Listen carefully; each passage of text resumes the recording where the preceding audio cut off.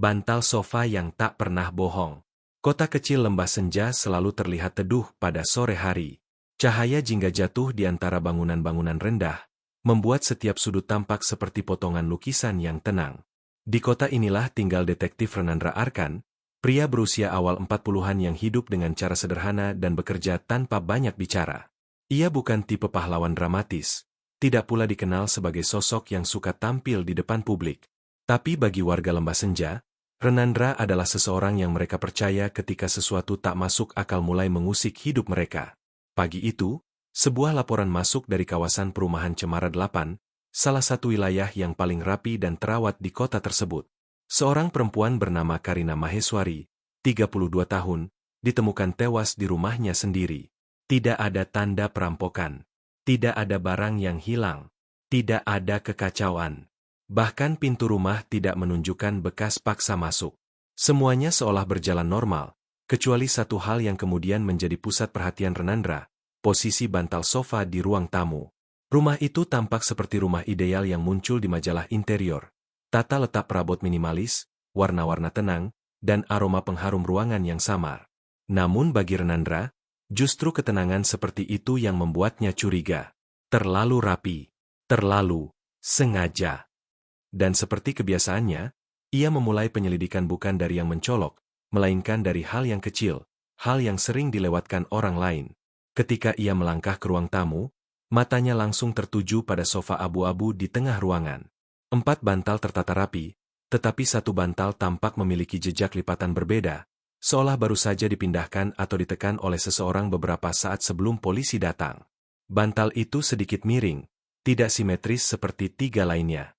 Bukan hal besar bagi kebanyakan orang, tetapi Renandra tahu, di rumah orang perfeksionis seperti Karina, satu bantal miring adalah anomali. Dari catatan awal, Karina dikenal sebagai perempuan mandiri, bekerja sebagai desainer interior dengan kepribadian yang teliti. Sahabat-sahabatnya mengaku bahwa Karina selalu memastikan setiap sudut rumah berada di tempat yang dia putuskan. Bahkan posisi bantal pun punya pola tertentu. Jadi ketika satu bantal berada di posisi yang tidak seharusnya, Renandra langsung tahu, ada seseorang di ruangan itu yang mencoba menyembunyikan sesuatu. Namun mereka tidak cukup mengenal Karina untuk mengetahui bahwa perubahan sekecil itu bisa terdeteksi. Renandra mendekat, memperhatikan jarak antara bantal dengan pinggiran sofa, arah lipatan kainnya, dan bahkan serat debunya. Bantal itu tertekan tidak merata. Ada jejak tekanan di bagian bawah, seolah seseorang duduk atau menyandarkan sesuatu di sana. Renandra memeriksa permukaan meja tamu. Tidak ada gelas, tidak ada piring, tidak ada jejak benda berat. Segalanya terlalu steril. Ia berjalan ke ruang tengah, kemudian kamar tidur, dan menemukan Karina terbaring di lantai. Wajahnya pucat, tubuhnya kaku. Tidak ada darah. Tidak ada luka mencolok. Dokter forensik awal menduga keracunan atau cedera dalam akibat tekanan. Namun sekali lagi, hal itulah yang membuat Renandra semakin yakin, ini bukan tindakan spontan. Ini adalah tindakan seseorang yang mengenal Karina, seseorang yang ingin menyembunyikan jalur masuknya dan menghapus jejak. Namun yang membuat semuanya semakin aneh adalah fakta bahwa tidak ada tanda pergumulan. Karina tampaknya tidak melawan, tidak berteriak, tidak mencoba melarikan diri. Ini menunjukkan satu hal, dia mengenal orang yang datang. Mengenalnya cukup dekat hingga mengizinkan orang itu masuk, duduk, dan menghabiskan cukup waktu untuk membuat bantal itu berubah posisi. Renandra kembali ke sofa. Sebuah senyum tipis muncul di wajahnya. Bantal itu mungkin terlihat seperti detail kecil, tapi dari sanalah semua cerita akan dimulai. Karena bagi Renandra, benda-benda mati seperti bantal tidak bisa berbohong. Mereka menyimpan bekas, menyimpan lipatan, menyimpan perubahan. Dan perubahan tidak terjadi tanpa sebab. Dan pagi itu, ia yakin satu hal, kebenaran yang disembunyikan pelakunya tidak akan bertahan lama. Bantal itulah yang akan membocorkannya. Jejak yang tertinggal pada keheningan. Sore hari mulai turun ketika detektif Renandra Arkan kembali ke rumah Karina Maheswari. Rumah itu telah dipasangi garis polisi, dan sebagian besar petugas sudah menyelesaikan tugas mereka. Namun Renandra tahu, pekerjaan sesungguhnya baru dimulai saat rumah menjadi sepi. Keheningan seringkali lebih jujur daripada suara manusia. Ia membuka pintu perlahan, membiarkan aroma ruangan yang dingin dan sedikit berbau lavender menyambutnya kembali. Matahari sore menyelinap lewat jendela, memberi cahaya keemasan pada ruang tamu, membuat setiap debu yang melayang tampak seperti serpihan kecil bukti yang ingin bercerita. Renandra berdiri beberapa detik tanpa bergerak, membiarkan suasana ruangan menuntunnya. Sofa abu-abu itu masih berada di tempatnya. 4 bantal masih tersusun sama seperti pagi tadi, 3 rapi, 1 sedikit miring. Renandra mendekat, kali ini dengan cahaya lebih baik. Ia mengamati pola seratnya, bekas tekanan, dan sesuatu yang baru terlihat. Ada sedikit serabut kain berwarna hitam tersangkut di antara lipatan bantal itu. Bukan milik sofa. Bukan milik pakaian Karina yang ditemukan mengenakan gaun tidur berwarna krem. Ia mengambil bukti itu dengan pinset.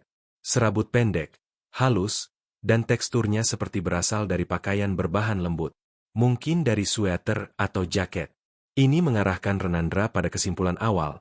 Orang yang duduk atau bersandar pada sofa itu sempat menempelkan sesuatu tanpa sengaja. Renandra kemudian memperhatikan ruang tamu lebih teliti. Meja, rak, vas bunga, bahkan karpet. Semuanya rapi. Terlalu rapi. Namun rapi tidak selalu berarti bersih. Ia berlutut dan mengamati bagian bawah meja tamu, dan di sanalah ia menemukan sesuatu yang menarik. Bekas gesekan kecil, seperti meja sempat digeser sedikit lalu dikembalikan lagi. Bukan gesekan besar, tapi cukup untuk menandakan seseorang pernah mencoba menyembunyikan jejak. Menyembunyikan apa? Gumamnya. Jejak itu mengarah pada sesuatu yang tampaknya pernah ditempatkan di bawah meja, mungkin kotak kecil atau tas. Apapun itu, pelaku mencoba menyamarkan posisi aslinya. Tapi tidak berhasil. Benda itu tidak ada di sana sekarang, artinya pelaku membawanya pergi. Renandra berdiri dan melangkah menuju dapur. Disinilah ia menemukan kejanggalan lain yang sebelumnya tidak begitu ia perhatikan. Di atas meja dapur yang bersih itu, gelas kaca terlihat mengilap, seolah baru dicuci. Tapi tidak ada noda air di sekitarnya, tidak ada tetesan, dan tidak ada gelas lain yang terlihat digunakan. Gelas itu sendirian, terlalu sendirian. Karina adalah orang yang sangat teratur. Jika ia minum sesuatu, gelas itu pasti akan berada di rak pengering atau sudah dicuci bersama gelas lainnya. Tapi gelas ini masih berada di meja. Renandra mengangkatnya perlahan dan menemukan jejak seperti residu tipis di pinggir dalam gelas, di luar jangkauan pandangan biasa. Seolah ada cairan yang sempat menempel lalu dibersihkan dengan tergesa-gesa. Dugaan keracunan yang disampaikan dokter forensik jadi semakin kuat. Saat berjalan kembali ke ruang tengah, ia mengamati setiap sudut rumah. Tidak ada jejak kaki tambahan. Karpet tidak menunjukkan bekas tekanan benda besar. Tidak ada tanda masuk paksa. Tidak ada suara keras yang dilaporkan tetangga. Semua itu kembali mengarah pada kemungkinan yang sama.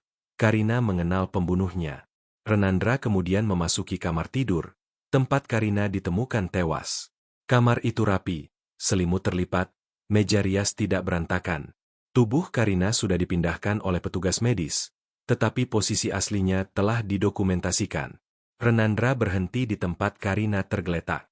Ia mencoba membayangkan apa yang terjadi beberapa jam sebelum kematian itu.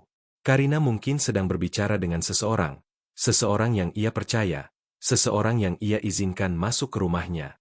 Percakapan berlangsung normal. Lalu sesuatu terjadi. Bentuknya dapat berupa minuman yang disajikan, atau obat yang dicampurkan secara diam-diam. Dan setelah Karina kehilangan kesadaran, orang itu menata ulang ruangan untuk menghilangkan jejak. Tapi orang itu tidak tahu satu hal. Renandra selalu membaca ruangan seperti membaca tubuh manusia. Dan setiap benda menyimpan ingatan. Dari hasil wawancara cepat pagi tadi, hanya ada 3 orang yang dekat dengan Karina. Nadira, sahabat dekatnya. Arvino, mantan kekasih yang hubungan terakhirnya penuh ketegangan. Dion, rekan kerja yang kabarnya menyimpan ketertarikan lebih dari sekadar profesional. Semua memiliki akses. Semua memiliki kemungkinan motif. Renandra menatap bantal sofa itu sekali lagi. Serabut hitam kecil itu mungkin terlihat tidak berarti, tapi ia tahu, dari potongan kecil seperti itulah kebenaran biasanya berawal.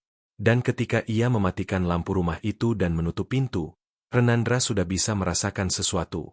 Kasus ini tidak akan mudah. Tapi rumah itu telah berbicara. Banyak hal yang mungkin masih tersembunyi. Namun tidak ada kebenaran yang bisa bersembunyi selamanya. 3 orang yang menyimpan bayangan.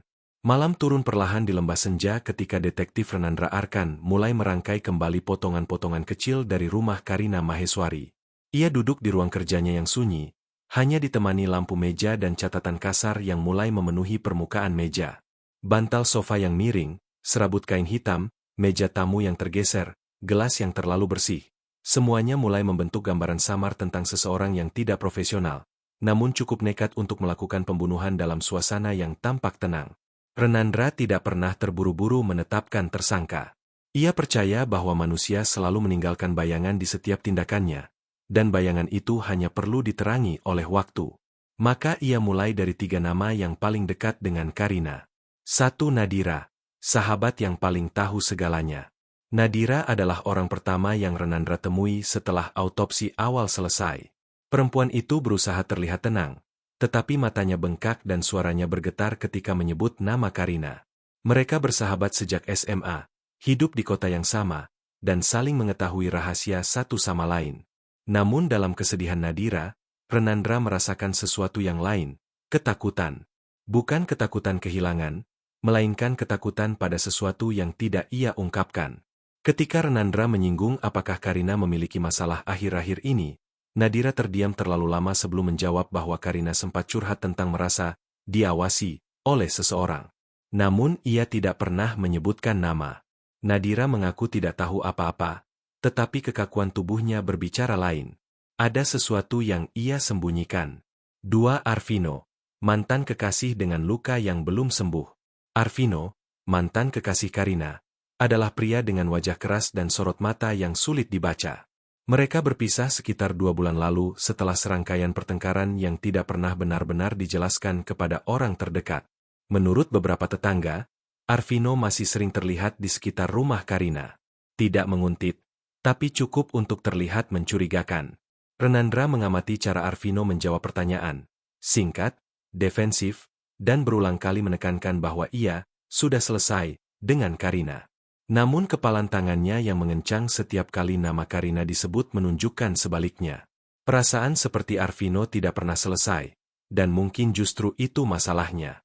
Namun pakaian yang dikenakan Arvino saat ditemui tidak menunjukkan adanya serabut hitam yang serupa. Motifnya seperti ada, tapi buktinya belum kuat. 3. Dion, rekan kerja yang terlalu perhatian. Dion adalah tipikal pria yang terlihat sopan, rapi, dan hampir tidak menimbulkan kecurigaan. Namun justru sifat seperti itulah yang paling diperhatikan Renandra. Ada sesuatu yang aneh pada cara Dion menggambarkan Karina. Terlalu detail, terlalu penuh kekaguman, seolah ia mengamati Karina lebih dari sekadar rekan kerja biasa. Di kantor Karina, beberapa rekan mengatakan bahwa Dion sering menawarkan bantuan kecil, mengantar pulang, membawakan minuman, membantu pekerjaan. Semua hal itu tidak salah. Tetapi menjadi menarik ketika Karina beberapa minggu terakhir terlihat menjaga jarak. Ada yang membuatnya tidak nyaman, kata salah satu rekan kerja mereka. Ketika Renandra memperhatikan pakaian Dion, ia menemukan sesuatu yang menarik, jaket hitam berbahan lembut. Tidak ada yang aneh pada jaket itu pada pandangan pertama, tetapi jenis seratnya mirip dengan yang ia temukan pada bantal sofa. Meski belum cukup untuk menjadi bukti, kecocokan pola seperti itu membuat Dion kini berada lebih dekat dengan kemungkinan pelaku. Rumah Karina menyimpan cerita lebih banyak. Setelah bertemu ketiga orang itu, Renandra kembali melakukan sesuatu yang selalu menjadi kebiasaannya, memeriksa ulang tempat kejadian dengan cara yang tidak dilakukan orang lain. Ia kembali ke rumah Karina pada malam itu, sendirian. Suasana rumah terasa berbeda pada malam hari. Gelapnya menambah kesan bahwa rumah itu menyimpan napas yang terpotong. Suara-suara yang tidak pernah disampaikan oleh pemiliknya. Renandra menyalakan lampu beberapa bagian sambil berjalan perlahan. Ketika ia melewati ruang tamu, tatapannya kembali pada bantal itu. Kali ini ia duduk di sofa tersebut, merasakan permukaannya, membayangkan bagaimana seseorang mungkin duduk di sana. Bantal yang miring itu tidak sekadar sebuah kesalahan kecil. Itu adalah titik awal dari serangkaian pergerakan yang mungkin dilakukan pelaku. Ia perhatikan jarak antara bantal dan meja. Lalu ia memeriksa area sekitar meja. Dan di sanalah ia menemukan sesuatu yang sebelumnya luput. Goresan tipis di lantai, yang tidak sejajar dengan pergerakan meja. Goresan itu tampak seperti akibat tumit sepatu yang diseret, bukan jejak langkah biasa. Seseorang sempat berdiri mendadak, tersentak, atau kehilangan keseimbangan. Jejak itu mengarah ke arah dapur, ke arah gelas yang terlalu bersih. Di titik itu Renandra mulai merasakan pola yang lebih jelas. Karina tidak langsung tumbang. Ada momen singkat di mana ia mungkin sempat merasa tidak enak badan, mencoba bangkit, lalu, seseorang mencegahnya. Mencegahnya untuk meninggalkan ruang tamu. Mungkin itu alasan mengapa bantal itu berubah posisi. Karina atau pelaku sempat menahan diri, memegang sofa, atau menopang tubuh di sana. Satu hal menjadi semakin pasti dalam pikiran Renandra. Pembunuhan ini tidak terjadi dengan rencana matang, melainkan dorongan emosi. Dan ketika emosi berperan, biasanya pelaku meninggalkan lebih banyak celah. Karina tidak meninggal di tangan orang asing. Ia meninggal di tangan seseorang yang terlalu dekat, terlalu emosional, atau terlalu terobsesi. Dan dari 3 nama itu, satu mulai tampak lebih gelap dibanding lainnya. Renandra hanya belum tahu pasti siapa. Belum, tapi waktunya akan tiba. Rumah yang mulai berbicara. Hujan turun perlahan pada malam kedua penyelidikan, membuat kota lembah senja seakan diselimuti selapis kabut tipis yang menenangkan. Namun bagi detektif Renandra Arkan, suasana itu justru membawa ketegangan tersendiri. Ia tahu, ketika hujan turun, orang-orang menjadi lebih jujur, entah pada dirinya sendiri atau pada orang lain. Dan malam itu, ia berharap salah satu dari 3 orang yang menyimpan bayangan di balik senyum mereka akan kehilangan kendali. Sejak menemukan goresan lantai dan pola pergerakan di ruang tamu rumah Karina Maheswari, Renandra yakin pelaku melakukan sesuatu dalam keadaan emosional. Pembunuhan ini bukan tindakan orang yang tenang. Ada ledakan sesaat, ada tekanan batin, ada sesuatu yang memuncak. Namun Renandra juga tahu, untuk memahami emosi pelaku, ia harus lebih memahami kehidupan Karina. Karena setiap kasus, sebesar apapun, selalu berputar pada satu titik, korban. Menelusuri hidup Karina. Renandra kembali ke kantor tempat Karina bekerja, sebuah studio desain interior kecil bernama Aurelia Concept. Lorong kantor itu rapi, dihiasi pajangan bernuansa minimalis. Namun ruang kerja Karina berbeda dari ruang lain. Ada keseimbangan yang terasa personal di sana. Rak-rak penuh sampel kain, potongan warna, dan catatan kecil. Dari catatan harian digital yang diizinkan keluarga untuk diperiksa, Karina mencatat banyak hal, tetapi ada satu pola yang menarik perhatian Renandra. 3 minggu terakhir hidupnya dipenuhi catatan pendek tentang ketidaknyamanan, sebagian besar tanpa menyebutkan nama. Dia datang lagi ke kantor. Aku merasa tidak enak kalau dia terlalu dekat. Ada sesuatu yang tidak tepat dengan caranya melihatku. Karina tidak menyebutkan siapa dia, tetapi pola ini memberi gambaran, seseorang mengganggu ketenangannya. Saat Renandra memperhatikan tumpukan kain sampel di meja, satu kejadian menarik ditemukan. Selembar kain hitam halus tergeletak di antara buku desain. Tekstur kain itu hampir identik dengan serabut hitam yang ia temukan di bantal sofa. Namun kain ini adalah sampel biasa, bukan barang Karina. Ketika ia bertanya pada rekan kerja lain, mereka mengatakan kain itu adalah sisa bahan dari jaket seseorang yang pernah Karina minta Dion untuk antarkan ke tukang penjahit. Namun mereka tidak tahu secara pasti jaket siapa itu. Nama yang kembali muncul, Dion. Namun Renandra tahu, tidak boleh terburu-buru. Motif harus jelas. Dan sampai saat itu, Dion hanya tampak seperti orang yang terlalu perhatian, bukan pembunuh. Kunjungan ke rumah Nadira. Malam semakin larut ketika Renandra menuju rumah Nadira. Sahabat Karina itu tinggal di rumah kecil yang hangat, dengan aroma minyak kayu manis yang kuat. Nadira tampak gelisah saat membuka pintu, seolah ia takut Renandra membawa kabar buruk lainnya. Maaf mengganggu. Saya hanya perlu memastikan beberapa hal, ujar Renandra tenang. Nadira mempersilakan ia masuk. Ruang tamunya sederhana. Namun ada foto dirinya bersama Karina di beberapa sudut ruangan. Tawa dan kebahagiaan dalam foto-foto itu terasa janggal jika dibandingkan dengan kekakuan wajah Nadira malam itu. Setelah beberapa pertanyaan ringan, Renandra mengalihkan topik ke catatan ketidaknyamanan Karina. Mendadak Nadira menggigit bibir, menunduk, dan menggosok-gosok kedua tangannya. Gestur orang yang sedang menyembunyikan sesuatu. Apakah Karina pernah bercerita siapa yang ia maksud? tanya Renandra. Nadira memejamkan mata sebentar, seolah berperang dengan dirinya sendiri. Dia hanya bilang seseorang di kantor terlalu sering memperhatikannya. Dion? Tanya Renandra langsung. Nadira tertegun. Terlalu cepat. Terlalu panik. Itu reaksi yang bukan muncul dari orang yang tidak tahu apa-apa. Renandra memperhatikan hal lain yang lebih menarik. Di sudut sofa Nadira, ada bantal hitam kecil dengan tekstur kain yang sangat mirip dengan serabut yang ditemukan di rumah Karina. Terlalu mirip untuk kebetulan. Ini kain umum, tetapi warnanya khas. Halus, gelap, dan cenderung mudah melekat pada permukaan kain lain. Bantal itu baru? Tanya Renandra santai. Oh, iya. Aku beli minggu ini, jawab Nadira sedikit terbata. Renandra mengangguk. Ia tidak menuduh, tidak menekan. Tapi pada detik itu, ia tahu, Nadira juga menyimpan sesuatu yang berkaitan dengan kain hitam itu. Mengunjungi Arvino di tengah hujan. Arvino adalah orang terakhir yang ia datangi malam itu. Hujan semakin deras ketika Renandra mengetuk pintu apartemennya. Arvino terlihat terkejut, namun tidak menolak kedatangan detektif. Hidup Arvino berantakan. Meja penuh botol minuman, kertas berserakan, dan sofa tanpa spray.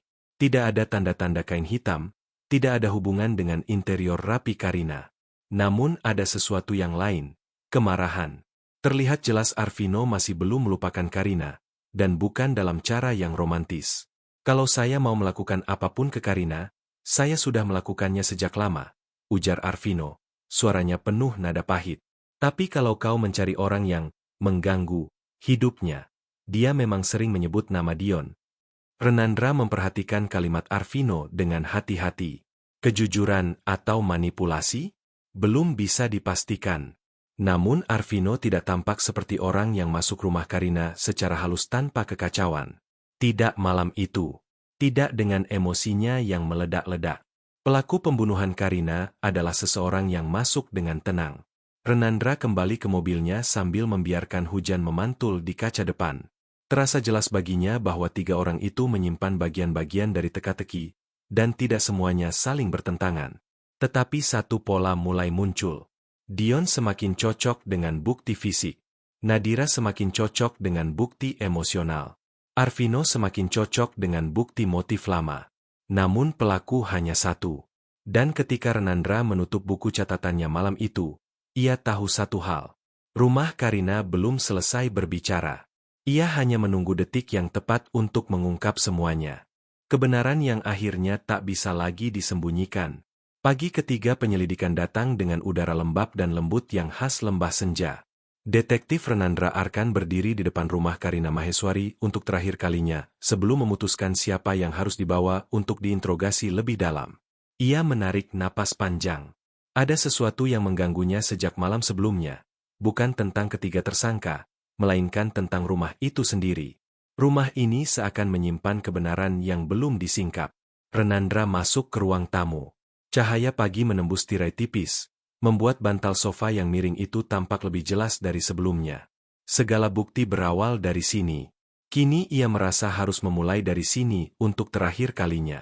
Ia duduk tepat di tengah sofa, posisi di mana seseorang mungkin, secara tidak sadar, telah duduk, berbicara, marah, atau panik pada hari Karina kehilangan nyawanya. Dari titik ini, ia memperhatikan sudut ruangan, pola lantai, dan arah gesekan yang sempat ia lihat sebelumnya. Sesaat kemudian, matanya tertuju pada hal yang sangat kecil, tetapi cukup untuk membuat jantungnya berdenyut lebih cepat. Bekas garis samar pada dinding, setinggi bahu manusia, seolah seseorang sempat bersandar atau kehilangan keseimbangan. Garis itu memudar, seakan sudah dibersihkan, tetapi tidak sepenuhnya hilang. Bekas itu mengarah ke arah dapur. Renandra bangkit dan mengikuti garis samar itu dengan penuh hati-hati. Langkahnya berpindah dari ruang tamu ke dapur, tempat gelas kaca yang terlalu bersih masih berada pada posisi yang sama. Ia memeriksanya lagi, kali ini dengan lebih teliti. Ada residu yang terasa lebih jelas ketika terkena cahaya pagi, seperti sisa cairan tertentu yang tidak larut sempurna saat dicuci. Ia menyentuh tepian gelas dan mencium aroma samar, aroma pahit. Itu bukan residu biasa. Itu adalah obat penenang, jenis yang sering digunakan di dunia medis namun bisa berbahaya jika dicampur alkohol atau dikonsumsi berlebihan. Renandra menutup mata sejenak. Gambaran kejadian mulai terbentuk. Karina tidak hanya didatangi seseorang. Ia disuguhi minuman. Minuman itu mengandung zat yang membuatnya memburuk dengan cepat. Ia mungkin sempat merasa pening, bangkit dari sofa, bersandar, lalu terjatuh. Dan seseorang panik. Sangat panik. Panik yang sama membuat bantal itu bergeser. Panik yang sama membuat meja tamu tergeser sedikit. Panik yang sama membuat gelas dicuci dengan tergesa-gesa. Semua tindakan yang tampak kecil itu kini mulai mengarah pada satu orang. Panggilan mendadak dari laboratorium. Saat Renandra berdiri termenung di dapur, ponselnya bergetar. Itu pesan dari laboratorium forensik. Serabut hitam yang ditemukan pada bantal cocok dengan kain dari benda tertentu. Bukan dari pakaian, tapi dari sarung bantal. Renandra menegang. Sarung bantal? Rumah Karina tidak memiliki bantal hitam. Tetapi seseorang yang ia temui, punya. Nadira. Namun laboratorium belum selesai. Pesan berikutnya masuk. Dan residu di gelas mengandung obat penenang kategori menengah. Jenis yang tidak umum. Kami menemukan residu serupa pada filter penyaring udara di ruang tamu. Filter udara? Mengapa obat penenang sampai ke sana? Tiba-tiba semuanya menjadi jelas. Sangat jelas. Pelaku membersihkan gelas dan meja, tapi lupa satu hal. Kipas penyaring udara bekerja otomatis dan menghisap partikel di udara. Residu obat yang menguap terhisap dan tertinggal di sana. Orang yang cukup panik untuk membersihkan jejak tanpa berpikir panjang hanya orang yang punya hubungan emosional, bukan orang dengan niat membunuh yang jelas. Orang seperti Nadira. Pengakuan yang tidak mampu ditahan lagi. Renandra langsung pergi ke rumah Nadira. Ia mengetuk pintu dengan tegas. Kali ini, Nadira tidak tampak ingin menyembunyikan apapun. Wajahnya letih, matanya sembab, dan tangan yang membuka pintu bergetar. Nadira, ujar Renandra pelan, aku ingin bicara tentang apa yang terjadi hari itu. Nadira menunduk, air mata mulai jatuh. Ia tidak menyangkal, tidak bertanya apa maksudnya. Ia hanya mempersilakan Renandra masuk seperti seseorang yang sudah menerima takdirnya. Karina, dia sahabatku, bisik Nadira. Aku tidak bermaksud menyakitinya. Renandra diam. Ia memberi ruang. Aku hanya ingin dia berhenti membiarkan Dion mendekatinya. Aku tahu Dion itu berbahaya. Aku tahu dia tidak sehat secara emosional. Karina sering cerita padaku. Tapi dia selalu bilang dia bisa mengatasi semuanya. Tangisnya pecah. Aku datang ke rumahnya hanya untuk menenangkannya. Hanya ingin bicara. Aku membawa minuman hangat. Aku mencampurkan sedikit obat penenang ringan agar dia bisa tidur. Karena dia tidak tidur selama 3 hari. Tapi aku tidak tahu dosisnya terlalu banyak untuk tubuhnya. Renandra merasakan berat hati mendengar itu. Pembunuhan tidak selalu datang dari kebencian, kadang dari ketakutan yang tidak terkontrol. Aku panik, lanjut Nadira.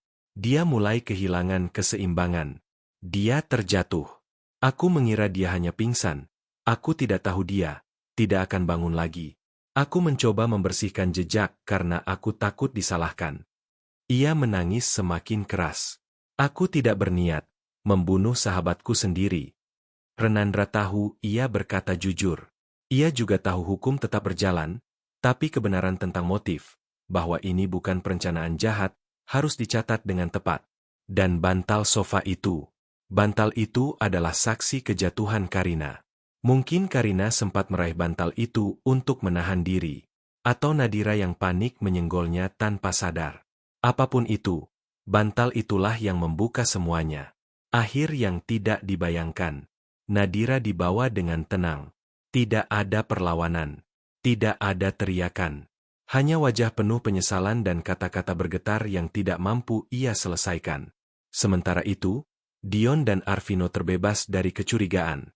Kasus ini berakhir bukan pada seseorang dengan niat buruk, tetapi pada seseorang yang terlalu mencintai sahabatnya, dengan cara yang salah.